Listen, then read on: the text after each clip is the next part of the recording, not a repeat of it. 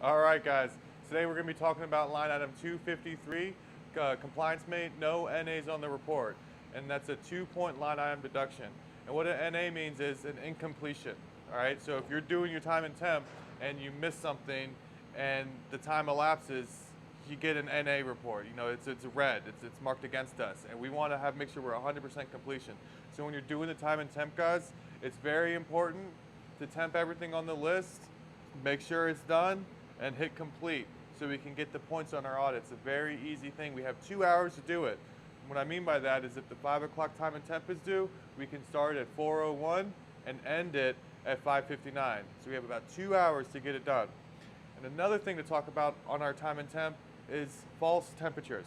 So what I mean by that, guys, if you're doing the 11 o'clock time and temp and there's no patty, you can't just temp the air or temp the grill, because temping the grill breaks the probe and we don't want to break our equipment.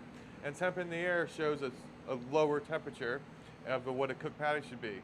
So when our auditors come and look at the temperatures, they recognize that this is a false temp and we don't want that on our reports. So what you need to do is wait for a cooked patty. You can do everything else and you're probably going to be cooking a patty by after 11 o'clock. So we'll get that in and go from there. Another thing we see is cheese.